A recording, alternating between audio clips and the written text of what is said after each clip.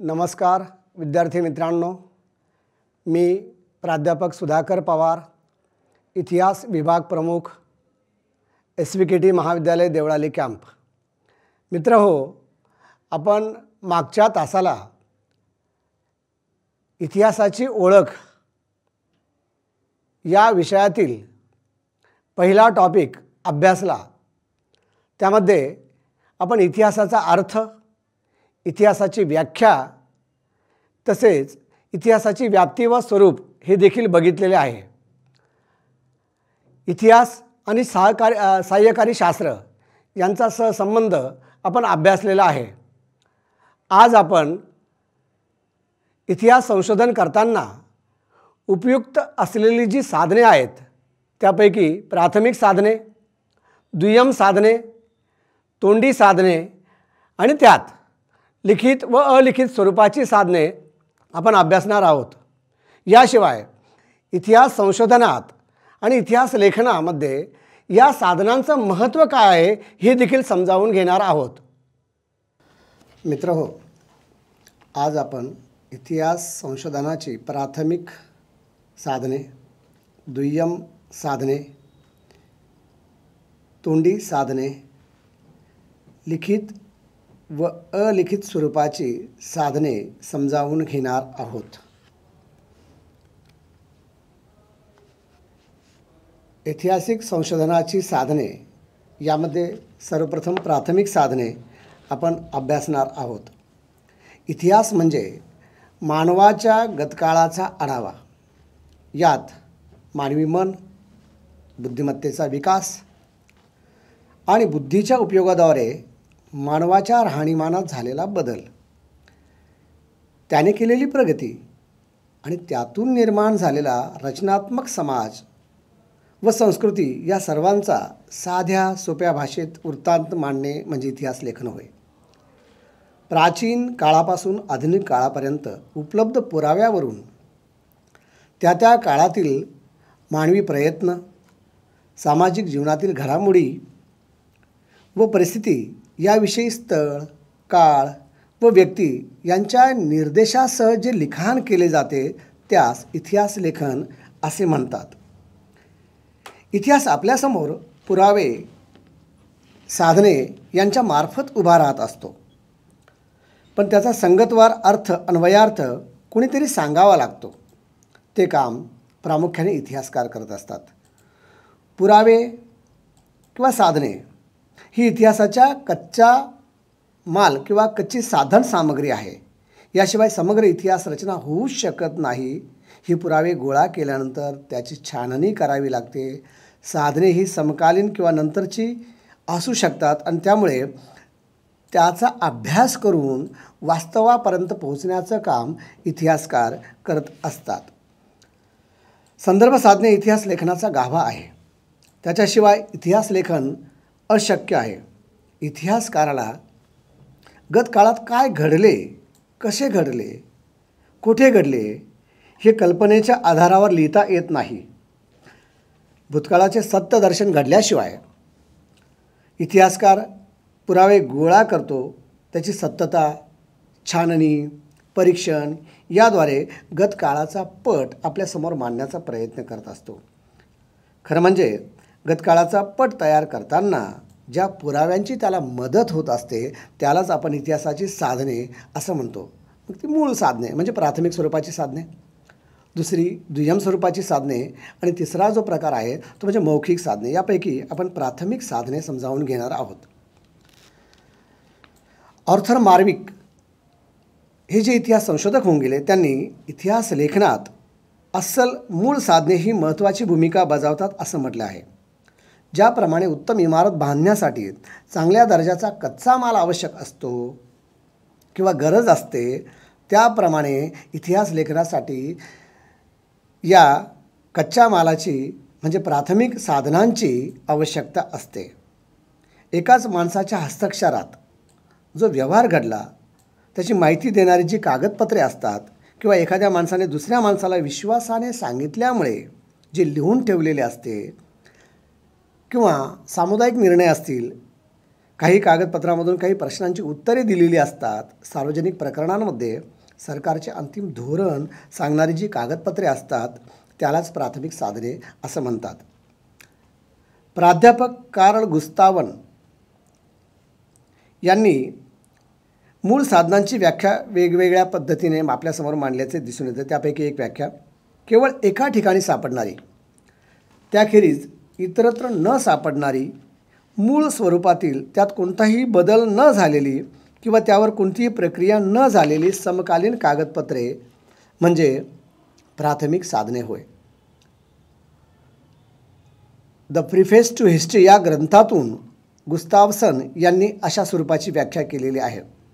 गत काळातील लिखित साधने हस्तलिखिताच्या स्वरूपात मिळतात. ही साधने अभ्यासाविषयाशी निगडीत, संबंधित व्यक्तीशी निगडीत, समकालीन असल्याने अधिक विश्वसनीय ठरत असतात. या प्राथमिक साधनांचे स्वरूप आपण थोडक्यात लक्षात घेऊया. संशोधक ज्या काळावर संशोधन करीत असेल त्या काळातील समकालीन कागदपत्रे ही प्रथम दर्जाची असतात. उदाहरण, प्राचीन काळच्या अभ्यासासाठी आपल्याला उत्खननात मिळालेल्या वस्तू, मुद्रा, नाणी, मूर्ती, शिलालेख, स्तंभालेख यासारखी महत्त्वाची ठरतात. उदाहरणादाखल घ्यायचं झालं तर मध्ययुगातील बाबराचं आत्मचरित्र म्हणजे बाबरनामा असेल किंवा गुलबदन बेगम यांनी लिहिलेला हुमायूननामा असेल, अबुल फजलांचा अकबरनामा असेल. आधुनिक काळाच्या अभ्यासासाठी तर शासकीय कागदपत्रे, इतिवृत्ते किंवा नेत्यांचे पत्रव्यवहार, दिनवृत्ते, रोजनिशा ह्या सर्व बाबी प्राथमिक साधनांमध्ये येतात. संशोधक ज्या घटनेचा किंवा प्रसंगाचा अभ्यास करीत असेल त्या घटनेतील सहभागी व्यक्तीची, शक्यतो त्याने लिहिलेली किंवा त्याच्या सांगण्यावरून लिहिलेली जी कागदपत्रे असतील ती मूळ कागदपत्रे म्हणजे प्राथमिक स्वरूपाची साधने होय किंवा त्याचं स्वरूप प्राथमिक स्वरूपाचं असतं. संशोधक करीत असलेल्या विषयावरील लिहिलेलं दिनवृत्त हे देखील प्राथमिक साधनांमध्ये येतं. त्यामध्ये मग आत्मवृत्त हे देखील महत्त्वाचं प्राथमिक साधन म्हणून संबोधलं जातं. घडून गेलेल्या काळातील एखाद्या व्यक्तीने समकालीन व्यक्तीसंबंधी केलेलं जे लिखाण आहे ते देखील प्राथमिक साधनांमध्ये येत असतं.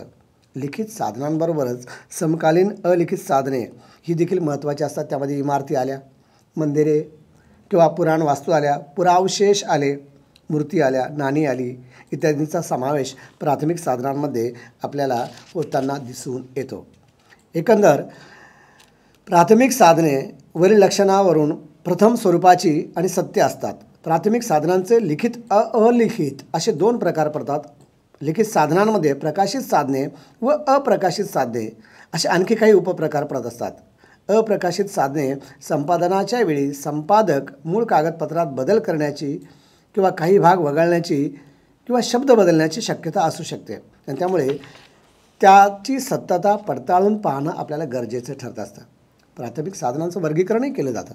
ते म्हणजे बघा, लिखित आणि अलिखित अशा दोन स्वरूपामध्ये. संदर्भ साधनांचं वर्गीकरण करताना प्राथमिक म्हणजे मूळ साधने आणि दुय्यम साधने असेही प्रकार घडतात. लिखित साधनामध्ये गुप्त पत्र व्यवहार, समकालीन कागदपत्र, सार्वजनिक कागदपत्र, वृत्तपत्र, आठवणी, आत्मवृत्ते, चरित्रे किंवा सरकारी कागदपत्रे यांचाही समावेश होत असतो. चित्रे, नकाशे, भौगोलिक माहिती, पुराणवस्तू, वास्तू म्हणजे इमारती, राजवाडे वगैरे संदर्भात बोलूया आपण, आलेख, शिलालेख, स्तंभालेख, नाणी यासारखी अलिखित स्वरूपाची साधने महत्त्वाची असतात. यानंतर दुय्यम साधने हा देखील महत्त्वाचा घटक आहे. मूळ हस्तलिखितावर भाष्य करणारे, त्याचे स्पष्टीकरण देणारे व चिकित्सक विवेचन करणारे लेखन दुय्यम साधन म्हणून संबोधले जाते. ही प्राथमिक साधनांपेक्षा कमी महत्त्वाची असतात असं नाही, तर ती तितकीच महत्त्वाची आहे कारण त्यांचा मूळाधार हा प्राथमिक साधने आहेत.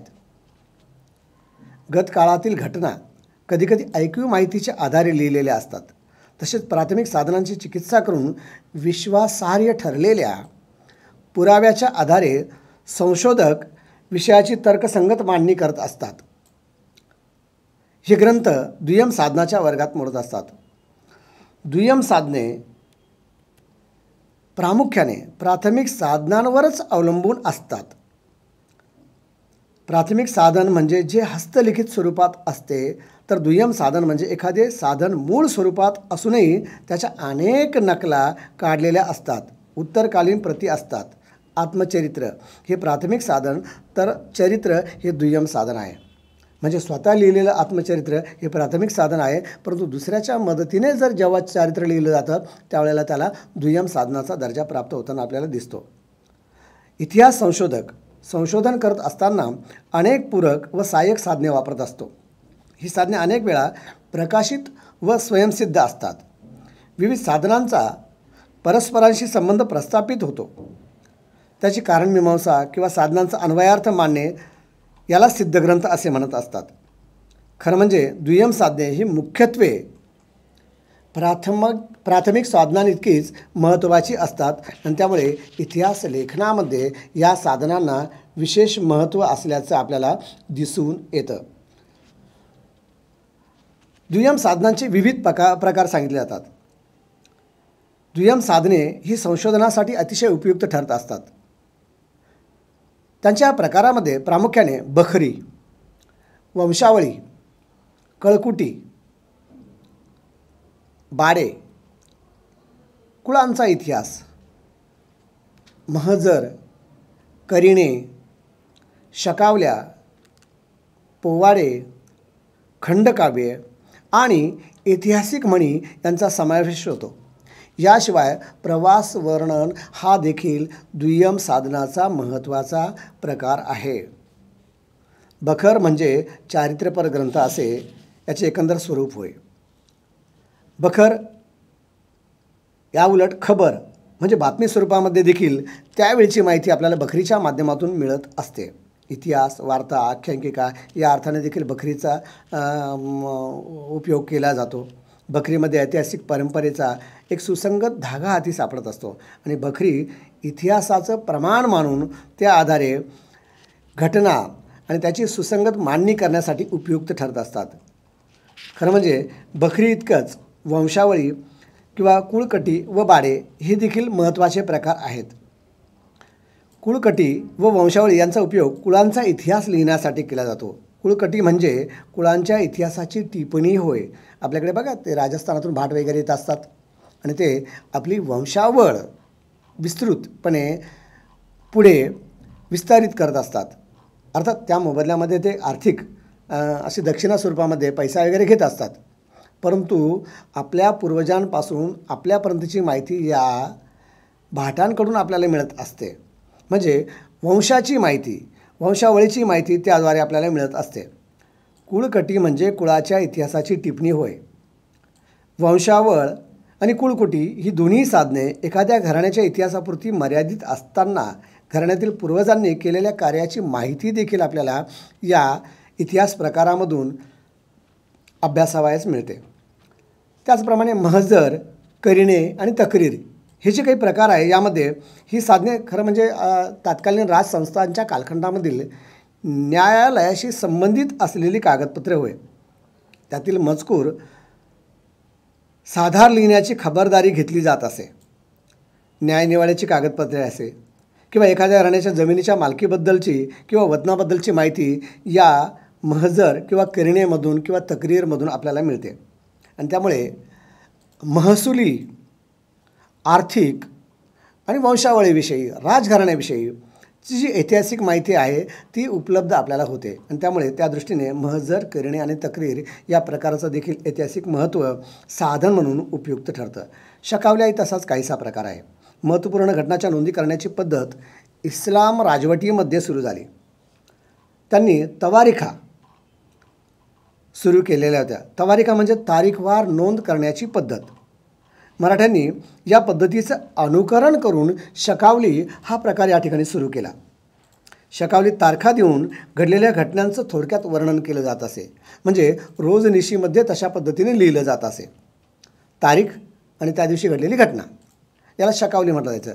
म्हणजे सुसंगतवार इतिहासाची मांडणी जेव्हा करायची असेल त्यावेळेला एखाद्या घटनेचं संशोधन करताना शकावल्या आपल्याला अतिशय महत्त्वपूर्ण आणि उपयुक्त अशा ठरत असतात. कारण त्यामध्ये सनावळ्या आलेल्या असतात, तारखा आलेल्या असतात आणि त्यामुळे त्याची मांडणी करणं आपल्याला सहजगत्या सोपं होतं किंवा इतिहास संशोधकाला उपयुक्त ठरत असतं. मराठ्यांच्या इतिहासाची अचूक मांडणी करणारे कागदपत्रातील महत्त्वाचे जे दस्तऐवज आहेत त्या शकावल्या आहेत. साधारणतः बखरीतील विसंगतता या शकावल्यांमुळे आपल्याला दूर करता येते. कारण बखरींमध्ये तारखा किंवा कालगणना आपल्याला दिल्याचं दिसून येत नाही आणि त्या ठिकाणी आपल्याला बखरींमधील सुसंगतता आणण्यासाठी शकावल्यांचा उपयोग होत असताना आपल्याला या ठिकाणी दिसतो. खरं म्हणजे या दुय्यम साधनांमध्ये या शकावल्यांचं आणि मौखिक साधनांचं देखील पोवाड्यांचं आणि काव्यांचं देखील महत्त्वपूर्ण असं स्थान आहे असं आपल्याला या ठिकाणी म्हणावं लागेल. त्यानंतर मित्रांनो आपण लिखित साधने अभ्यासणार आहोत. इतिहासाची रचना करताना संशोधकाला विविध स्वरूपाचे साधने, साहित्य, पुरावे किंवा जेवढे संदर्भ साधने उपलब्ध होतील तेवढा तपशीलवार अभ्यास करून इतिहासाचं लेखन करणं शक्य होत असतं. भूतकाळात घडलेल्या घटना वर्तमान काळात डोळ्यासमोर उभ्या करण्यासाठी किंवा त्या जशाच्या तशा मांडण्यासाठी त्याचं लिखाण करण्यासाठी त्या उपयुक्त ठरत असतात. सिद्ध ग्रंथ निर्मितीसाठी या लिखित स्वरूपाच्या साधनांचा आधार घेतला जातो. काही लिखित साधने अप्रकाशित असतात, त्यांचाही अभ्यास करणं परिपूर्ण संशोधनासाठी गरजेचं असतं. उदाहरण द्यायचं झालं तर भारतीय स्वातंत्र्य लढ्याच्या काळात ब्रिटिशांनी अनेक पुराभिलेखागारातील कागदपत्रांवर बंदी आणलेली होती. अशा अलिखित साधनांचाही अभ्यास करणं महत्त्वाचं आहे. खरं म्हणजे प्राथमिक साधनांमध्ये त्यांचा समावेश या ठिकाणी होत असतो.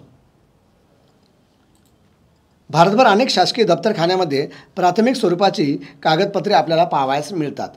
त्यामध्ये पत्रव्यवहार हा महत्त्वाचा आहे. समकालीन कागदपत्रे देखील महत्त्वाची आहेत. गुप्त पत्रव्यवहार हे अत्यंत महत्त्वाचे विश्वसनीय साधन असते. सरकार दरबारात सुरक्षिततेच्या कारणास्तव काही गोष्टी खूप गोपनीय ठेवल्या जातात. गुप्त पत्रव्यवहारात सर्वसामान्य माणसांचा संबंध येत नाही. अतिशय विश्वासातील माणसांनी दुसऱ्याला म्हणजे माणसांना लिहिलेली ही पत्रे असतात. मग लष्करी अधिकारी असेल, मुत्सद्दी राजकीय व्यक्ती असतील, त्यांचा सहभाग यामध्ये असू शकतो. देशाच्या, राज्याच्या आणि नागरिकांच्या सुरक्षिततेसाठी काही पत्रव्यवहार केले जातात. ते सुरक्षित व उघडपणे न करता गुप्तपणे केले जातात आणि त्यामुळे खूप वेळा गुप्त कागदपत्रे प्रकाशित केली जात नाहीत आणि काही वेळा घटनेसंबंधी योग्य माहिती या कागदपत्रांच्या प्रकाशन न झाल्यामुळे आपल्याला मिळत नाही. उदाहरण द्यायचं झालं तर 1857च्या उठावात इंग्रज अधिकाऱ्यांचा गुप्त पत्रव्यवहार जो होता इंग्लंडमधील अधिकाऱ्यांबरोबर झालेला होता. तो आज ब्रिटिश म्युझियममध्ये ठेवण्यात आलेला आहे, परंतु आज मितीस तो उघड होतो आहे. त्यावेळेला ती गुप्त राहिल्यामुळे तत्कालीन कालखंडातील संशोधन करताना अनेक अडचणींना इतिहास संशोधकांना सामोरं जावं लागलं. दुसरा जो महत्त्वाचा मुद्दा आहे तो म्हणजे समकालीन कागदपत्रे. संशोधकाला इतिहास संशोधनात समकालीन कागदपत्रे महत्त्वाची ठरत असतात. त्याचं संशोधन जास्तीत जास्त सत्याच्या जवळ जाणारं किंवा सत्याप्रत मांडणी करण्यासाठी ते उपयुक्त ठरत असतं. इतिहासाचा यथार्थ आढावा घेणारे ही पुढील पिढीसाठी मार्गदर्शक ठरणारी कागदपत्रे म्हणजे समकालीन कागदपत्रे आहे. घटना घडताना घटनेमध्ये सहभागी असणाऱ्या व्यक्तींनी जी कागदपत्रे लिहिलेली असतात ती समकालीन कागदपत्रे म्हणून संबोधली जातात. ही कागदपत्रे मग एखादी सूचना असेल, लढाई संबंधीची माहिती असेल किंवा सूचना असेल किंवा परराष्ट्रीय वकिलातीन काढलेली सूचना असेल, अधिकाऱ्यांचे आदेश असतील, राजांनी दिलेले आदेश किंवा राजआज्ञा असतील, इतरही काही मंत्रीगण असतील त्यांचे निवेदन असेल किंवा आदेश असतील, या कागदपत्रांच्या माध्यमातून सत्य माहिती तात्कालीन आपल्याला मिळत असते. त्यामुळे फसवणुकीची शक्यता कमी असते आणि त्यातून जे इतिहासाचं लिखाण होत असतं ते सत्यता पडताळून होत असतं असं आपल्याला म्हणावं लागेल. पूर्वी समकालीन कागदपत्रे हस्तलिखिताच्या स्वरूपात होती. आज समकालीन कागदपत्रे ही संगणकीय स्वरूपातील असून त्यातील मजकूर, फोटोग्राफ या माध्यमातून ती जतन करून ठेवलेली जातात. कायदेशीर कागदपत्रांनाही खूप महत्त्व असतं.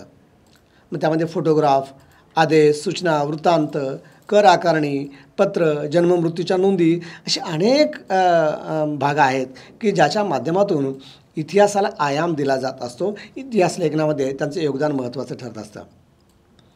सार्वजनिक कागदपत्रामध्ये आपल्याला वर्तमानपत्रे महत्त्वाची ठरत असतात. इंग्रजांच्या आगमनानंतर खरं म्हणजे भारतात वृत्तपत्राचं युग अवतरलं. तुम्हाला माहिती आहे, यातील वृत्त म्हणजे बातमी. आपल्याकडे मध्ययुगीन कालखंडामध्ये बखरी लिहिल्या गेल्या.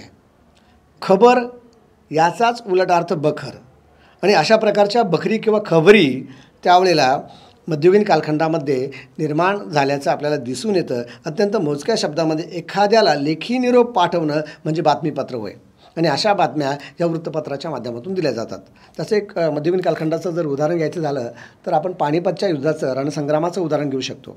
पानिपताच्या रणांगणावर ज्यावेळेला मराठ्यांचा पराभव झाला त्यावेळेला अगदी सांकेतिक शब्दामध्ये निरोप देण्यात आला होता, म्हणजे खबर देण्यात आली होती. 2 मोती गळाले असं स्पष्ट त्यामध्ये या संकेत भाषेमध्ये लिहिलं होतं, म्हणजे बातमीत किंवा खबरमध्ये लिहिलेलं होतं, निरोपामध्ये लिहिलेलं होतं.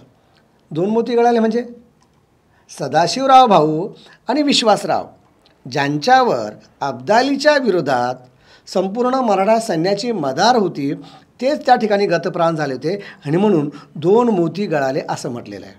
म्हणजे अतिशय कमी शब्दात, अल्प शब्दात अशा प्रकारे निरोप त्यावेळेला दिला जायचा. त्याला खबर म्हटलं जात असे, आणि त्यालाच आपण वृत्त म्हणत असतो.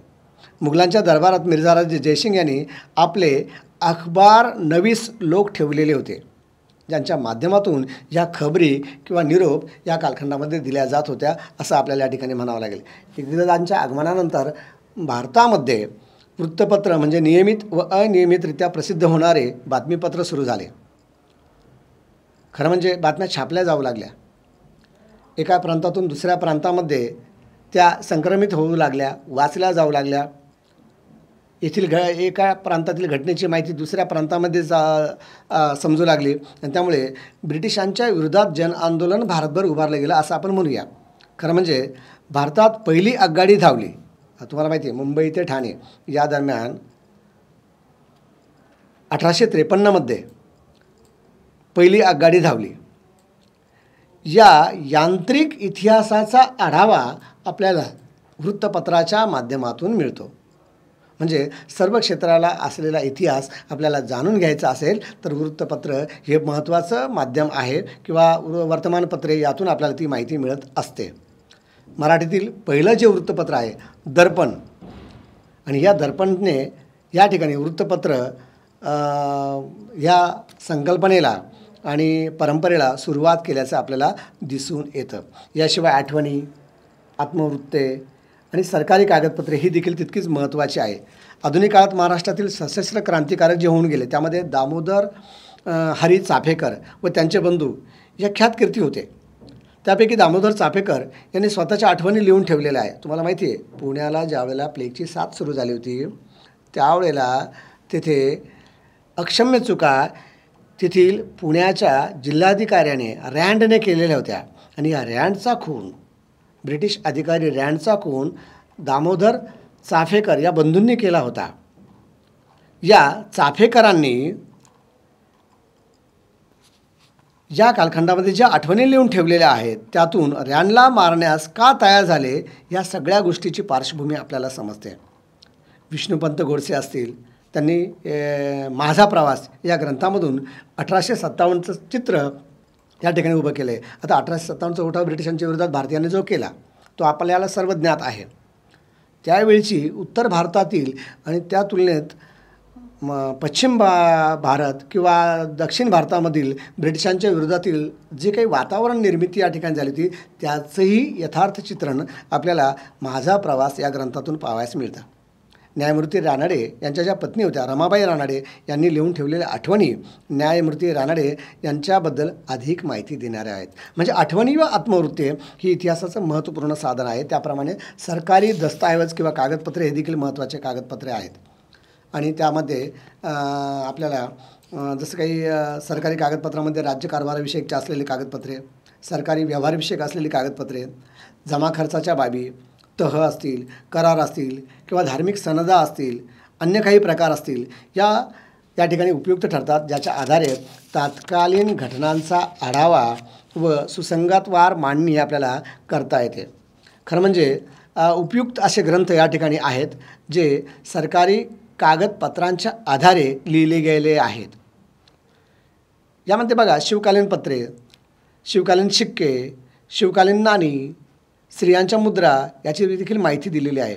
राजघराण्याच्या मुद्रा आणि त्यांची छायाचित्र, शिवरायांचे तारीखवार पत्रे या सर्व बाबी म्हणजे सरकारी कागदपत्रांमध्ये त्यांचा समावेश होतो, ज्या आधारे आपल्याला शिवकाळाची माहिती मांडता येते किंवा मराठ्यांचा इतिहास लिहिण्यासाठी ती उपयुक्त ठरत असतात.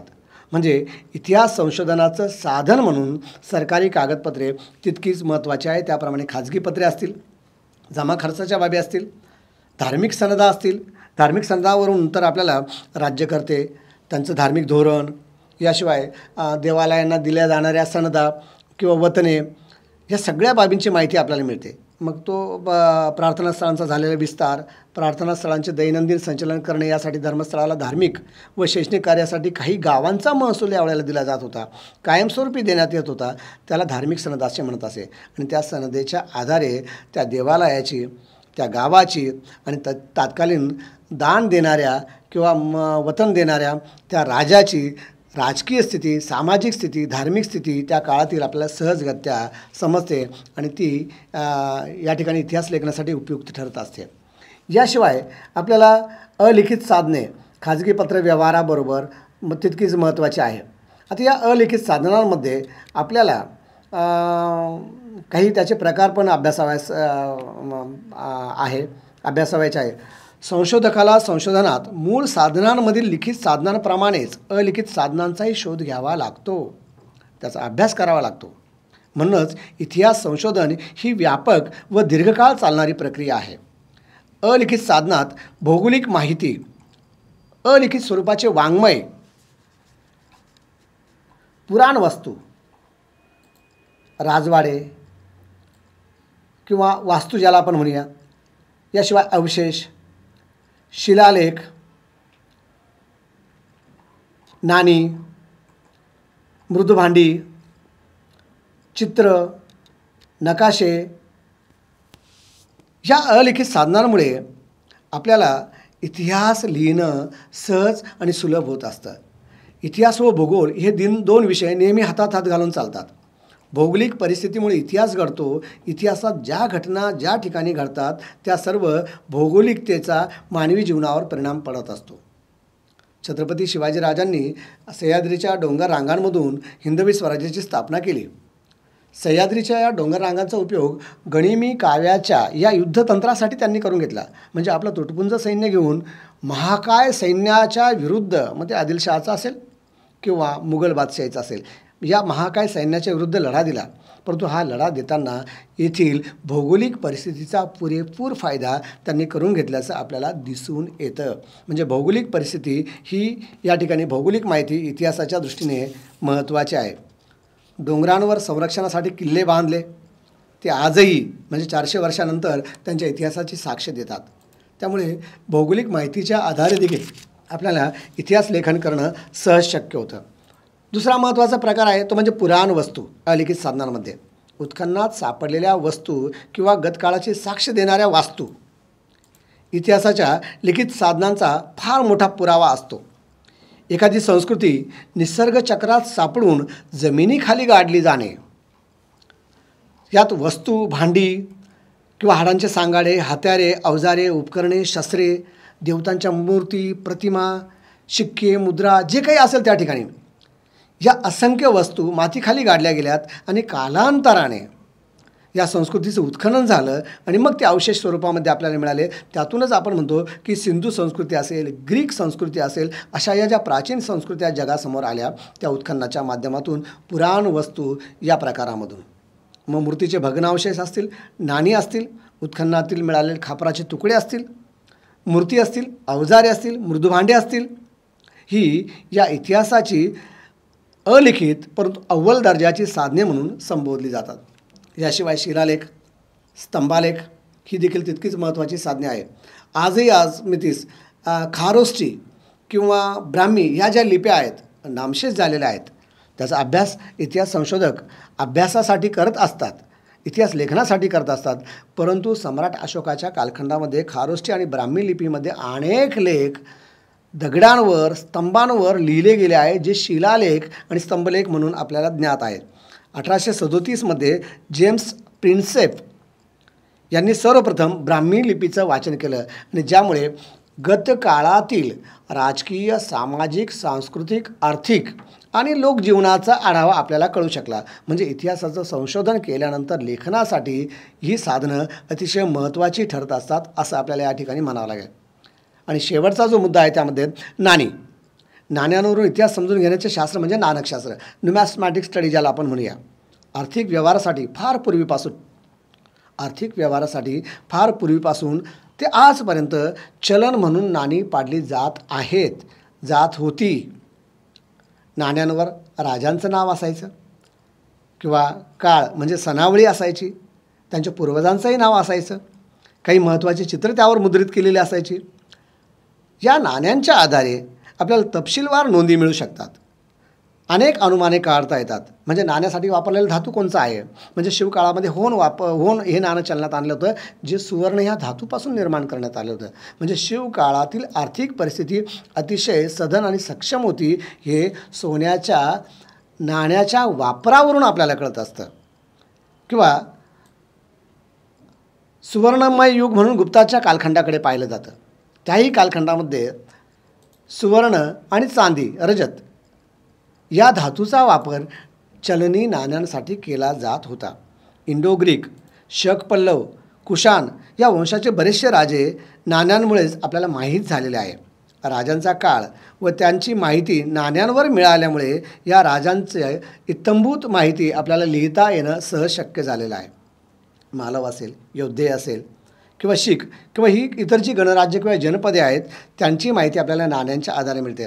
आपल्या नाशिकजवळ अंजनेरी नावाचं गाव आहे आणि या अंजनेरीला न्यूमॅस्मॅटिक स्टडी सेंटर म्हणजे नाणे संशोधन केंद्र आहे. या नाणे संशोधन केंद्राला जर तुम्ही भेट दिली तर प्राचीन कालखंडापासून ते आधुनिक कालखंडातील प्लास्टिक मनी, ज्याला तुम्ही क्रेडिट कार्ड, डेबिट कार्ड वगैरे म्हणतात, या आधुनिक काळातील चलन व्यवस्थेशी निगडीत असलेल्या या प्लास्टिक मनीपर्यंतची, म्हणजे प्राचीन कालखंडापासून ते आधुनिक कालखंडातील प्लास्टिक मनीपर्यंतचं जो काही चलन व्यवस्थेचा जो प्रवास आहे तो या ठिकाणी पाहायला मिळतो.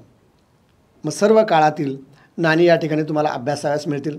या नाण्यांच्या आधारे तुम्हाला लिपी, राज्य, काळ किंवा तत्कालीन धार्मिक स्थिती या सगळ्या गोष्टी आपल्याला पाहावयास मिळतात. आजही आपल्या भारतीय चलनामध्ये काही नाण्यांवर देवींच्या प्रतिमा कोरलेल्या दिसतात, राष्ट्रपुरुषांच्या प्रतिमा कोरलेल्या दिसतात, काही ठिकाणी चिन्हात्मक वेगवेगळ्या प्रतिमा आपल्याला पाहावयास मिळतात. म्हणजे काही ठिकाणी गव्हाच्या ओंब्या आपल्याला नाण्यांवर पाहायला मिळतात. म्हणजे शेती किंवा कृषी क्षेत्राचा जर आपण आढावा घ्यायचा ठरला तर त्या नाण्याच्या आधारे भारत हा कृषीप्रधान राष्ट्र आहे एवढं तरी म्हणू शकू. राष्ट्रपुरुषांची म्हणजे महात्मा गांधी असतील किंवा डॉक्टर बाबासाहेब आंबेडकर असतील किंवा पंडित नेहरू असतील, यांच्याही प्रतिमा आपल्याला नाण्यांवर पाहायला मिळतात. मग त्यांचंच कार्य, त्यांचं राष्ट्राप्रती असलेले योगदान हे त्या आधारे आपल्याला मिळतं. म्हणूनच त्यांना एवढं श्रेष्ठ स्थान नाण्यांवर मिळालेलं आहे. काही आपलं जे राष्ट्र आहे धर्मनिरपेक्ष असलं तरी बहुसंख्य हिंदू वर्ग या ठिकाणी असल्यामुळे काही नाण्यांवर आपण देवी देवतांच्या प्रतिमा देखील कोरलेल्या आहे आणि त्यावरून आपली धार्मिकता समजणं सहज शक्य होतं. मित्रहो, शेकडो रोमन सुवर्ण नाणी आपल्या भारतामध्ये मिळालेले आहेत आणि रोममध्ये देखील भारतातील नाणी सापडलेले आहेत. यावरून रोम आणि भारत या दोन देशांमधील जो काही व्यापार होता, आंतरराष्ट्रीय दर्जाचा व्यापार, या व्यापाराची माहिती देखील या नाण्यांच्या आधारे आपल्याला मिळते. ग्रीकांची नाणी, त्याचं वजन, त्याचा आकार हे प्रमाणशीर होतं. या नाण्यांचं अनुकरण करूनच कुशाणांनी भारतामध्ये आणि नंतर गुप्तांनी आपल्याकडची नाणी बनविण्याचा प्रयत्न केला. सातवाहनांच्या कालखंडामध्ये राजांनी जी नाणी पाडली होती ती नाणी रोममध्ये सापडतात.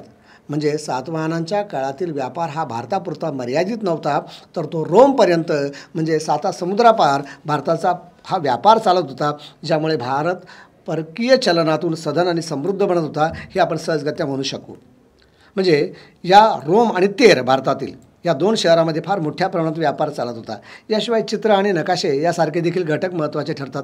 आदिमानव काळापासून व्यक्त होणाऱ्या मानवाच्या गुहांमध्ये जे दगडांवर चित्र करून ठेवलेले आहे त्या काळाची आणि दैनंदिन आदिमानवातील जीवनाची माहिती आपल्याला त्या माध्यमातून मिळते.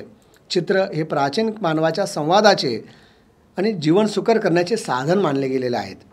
गुफाचित्राचा शोध हा इतिहासाच्या दृष्टीने खूप महत्त्वाचा आहे.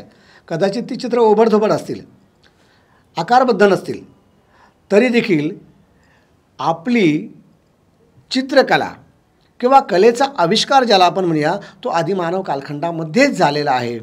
कालांतराने त्या कलेमध्ये विकास होत गेला.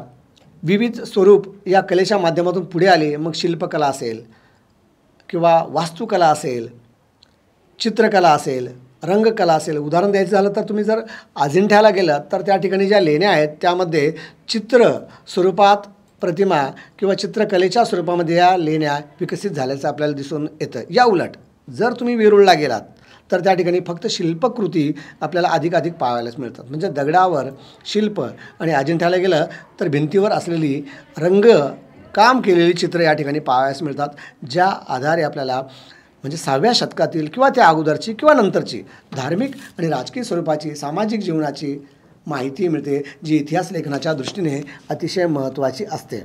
मित्रहो, आपल्याला ऐतिहासिक साधनं ही का महत्त्वाची आहे त्याचंही आपल्याला अभ्यास करणं गरजेचं आहे. इतिहास लेखन करताना प्राथमिक आणि दुय्यम या दोन्ही साधनांचा भरपूर उपयोग होत असतो. त्या आधारेच आपण या ठिकाणी इतिहास लेखन करू शकतो. एखादी घटना आणि तिची विस्तृत मांडणी करताना या सगळ्या गोष्टी या ठिकाणी आपल्याला पाहावयास मिळतात. ऐतिहासिक साधनांचं महत्त्व हे आपण समजावून घेतलं पाहिजे. खरं म्हणजे ऐतिहासिक साधनांचं महत्त्व लक्षात घेताना आपल्याला असं म्हणावं लागेल की इतिहास संशोधनामध्ये शास्त्रशुद्धता या साधनांमुळे येत असते. ऐतिहासिक संशोधनात शास्त्रशुद्धता येते. या सर्व साधनांचा वापर केल्यानंतर जे तुमचं लिखाण होणार आहे ते अतिशय सुसंगत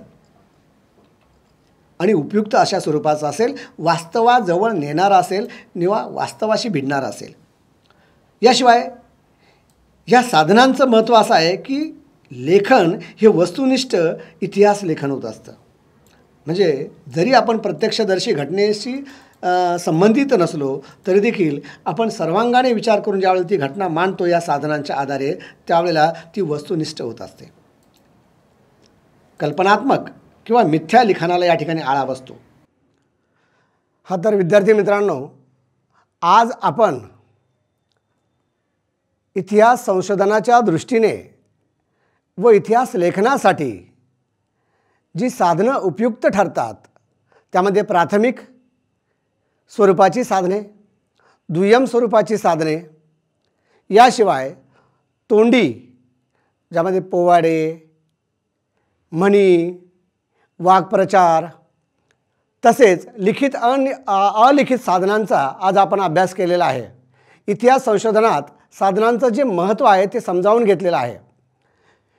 इतिहासकार ऑर्थर मार्विक यांनी या साधनांना कच्चा माल म्हटलेला आहे, कारण कच्च्या मालाशिवाय वस्तूंची निर्मिती होणं अशक्य आहे. तसेच इतिहासाच्या या प्राथमिक, दुय्यम, तोंडी, लिखित किंवा अलिखित साधनांशिवाय इतिहास लेखन अशक्य आहे. इतिहासाला मूर्त रूप त्याशिवाय प्राप्त होऊ शकणार नाही, हे ऑर्थर मार्विक यांनी स्पष्ट केलेले आहे. आज आपण या टॉपिकवर मी तुम्हाला काही प्रश्न देणार आहे. त्यामध्ये पहिला प्रश्न असेल, प्राथमिक साधनांचं स्वरूप सांगून महत्त्व विशद करा. आणि दुसरा प्रश्न असेल, मौखिक मौखिक साधनांचं महत्त्व विशद करा. म्हणजे पहिल्या प्रश्नामध्ये आपल्याला प्राथमिक साधनांचं स्वरूप आणि त्याचं इतिहास लेखनातील महत्त्व सांगायचं आहे. तर दुसऱ्या प्रश्नामध्ये मौखिक साधनं जी आहेत ती साधनं आणि त्याचं महत्त्व देखील आपल्याला या ठिकाणी विशद करायचं आहे. मित्रहो, आपण आज ऐतिहासिक संशोधन साधनांची माहिती घेतली. आपण पुढच्या तासाला इतिहास संशोधन ही जी संकल्पना आहे ती समजावून घेणार आहोत. इतिहास समस्या निश्चित केल्यानंतर तिची गृहीतके, समस्या निराकरण करण्याची पद्धती म्हणजे संशोधन पद्धती आणि इतर महत्त्वपूर्ण बाबींविषयी माहिती घेणार आहोत. आज आपण या ठिकाणी थांबूया. धन्यवाद.